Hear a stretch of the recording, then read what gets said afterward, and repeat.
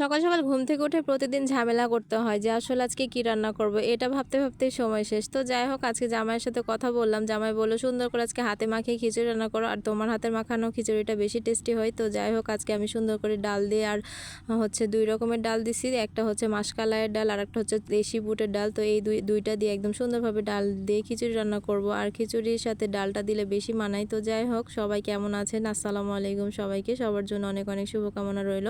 শুরু করছি আজকে একটা লং ভিডিও, আর আজকের ভিডিওটা সুন্দর করে শেয়ার করছি খিচুড়ি দিয়ে। তো যাই হোক, আমি শুরু করে দিয়েছি রান্নাটা।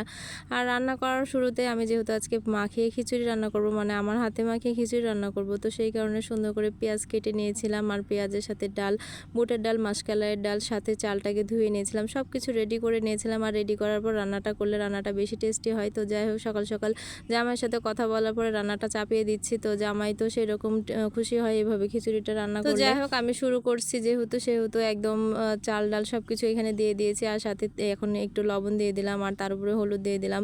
যেহেতু খিচুড়িতে মশলার পরিমাণটা সব কিছু একটু বেশি বেশি লাগে, তো যাই হোক, সব কিছু দেওয়া হয়ে যাচ্ছে আস্তে আস্তে। এরপরে আমি কিছুটা পরিমাণে মশলা দিব, তারপরে তেল দিব, আর এখন দিয়ে দিলাম কাঠ মশলা। তো যাই হোক, সব কিছু দিয়ে চটকিয়ে আজকে খিচুড়িটা রান্না করা হবে। খিচুড়িটা আসলে চটকিয়ে বেশি ভালোভাবে রান্না করলে বেশি টেস্টি হয়। আর যাই হোক, সকালের খাবার বলতে গেলে খিচুড়ি হয়তো বা রুটি হয়তো বা অন্য কিছু। তো বাসায় তো আরও সদস্য আছে, আরও সদস্যদের অনেক সময় অনেক রকমের মত হয়ে থাকে। শাশুড়ি মা অন্য সময় বলে রুটি বানাও, কেউ বলে যে অন্য কিছু খাবো। তো আমি আজকে ভাবলাম যে খিচুড়িটা রান্না করি, যেহেতু আপনাদের ভাইয়া বলছে যে খিচুড়িটা রান্না করতে, তো সেহেতু খিচুড়িটা রান্না করতেছি। আর খিচুড়িটা একটু বেশি ভালো লাগে খাইতে সকাল সকাল। তো যাই হোক, এই খিচুড়িটা সুন্দরভাবে রান্না করার জন্য একদম আমি বেশি বেশি করে মশলা টশলাগুলো দিয়ে দিচ্ছিলাম। আর এই পর্যায়ে দিয়ে দিলাম ধনিয়া গুঁড়া। ধনিয়া গুঁড়াটা দিয়ে দিলে কিন্তু খিচুড়ির টেস্টটা অন্যরকম হয়। ধনিয়া গুঁড়াটা কিন্তু খেতে বেশি ভালো লাগে, কার কেমন লাগে আমি জানি না। তো যাই হোক, আমার কিন্তু অনেক ভালো লাগে। আর একদম দিয়ে দিলাম খাঁটি সরিষার তেল। খাঁটি সরিষার তেল দিয়ে খিচুড়ি কিন্তু খেতে বেশি ভালো লাগে সবসময়। আর আমার কিন্তু সব প্রায় মশলা দেওয়া শেষ, এখন খালি বাকি মনে হয় তেজপাতা। তো তেজপাতাটা আমি একটু পরে দিব। এখন সুন্দরভাবে হাত দিয়ে একদম আমি চটকিয়ে মাখিয়ে নিচ্ছি। আর হাত দিয়ে যত সুন্দরভাবে এটা চটকিয়ে মাখানো যাবে খিচুড়িটা কিন্তু ততটাই টেস্টি হবে।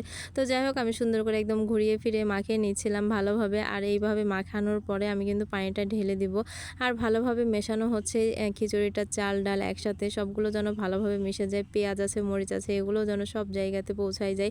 তো যাই হোক, আমি ভালোভাবেই মিশিয়ে নিচ্ছি। আর মেশানোর পরে আমি এখন পানিটা দেওয়ার চেষ্টা করব। তো যাই হোক, আমার এইভাবে খিচুড়ি রান্নাটা কিন্তু সবাই অনেকেই বেশি পছন্দ করে, আর আমার তো সবসময় বেশি ভালোই লাগে খিচুড়িটা। কিন্তু এভাবে রান্না করলে খিচুড়ির টেস্টটা সবসময় বেশি হয়ে থাকে। তো যাই হোক, আপনারা কেমন উপভোগ করছেন আজকের ভিডিওটা অবশ্যই জানাবেন। আর এই পর্যায়ে আমি পানিটা ঢেলে দিলাম, সুন্দরভাবে আমার পানিটা দেওয়া হয়ে গেল। আর এই পানিটা দিয়ে দিলাম একদম পরিমাপ মতো, যেন খিচুড়িটা সুন্দর একদম ঝরঝরা টাইপের হয়ে থাকে। আর এখন আমি ঢাকনা দিয়ে ঢেকে দিয়ে গ্যাসের জালটা একদম ধরিয়ে দিব। আর এটা আস্তে আস্তে হবে, আর রান্নাটা যদি আস্তে করা যায় কিন্তু রান্নার টেস্টটা একটু বেশি ভালো হয়। আমি চুলাটা ধরিয়ে দিলাম, এখন আস্তে আস্তে আপে আপে হয়ে যাবে জিনিসটা। তো যাই হোক, এবার ফাইনালি আমি দেখাচ্ছি খিচুড়িটা। ফাইনালি আমার খিচুড়িটা কিন্তু এখন হয়ে গেছে একদম সুন্দরভাবে। তো যাই হোক, আজকের ভিডিওটা কেমন হলো অবশ্যই সবাই কমেন্ট বক্সে জানিয়ে যাবেন।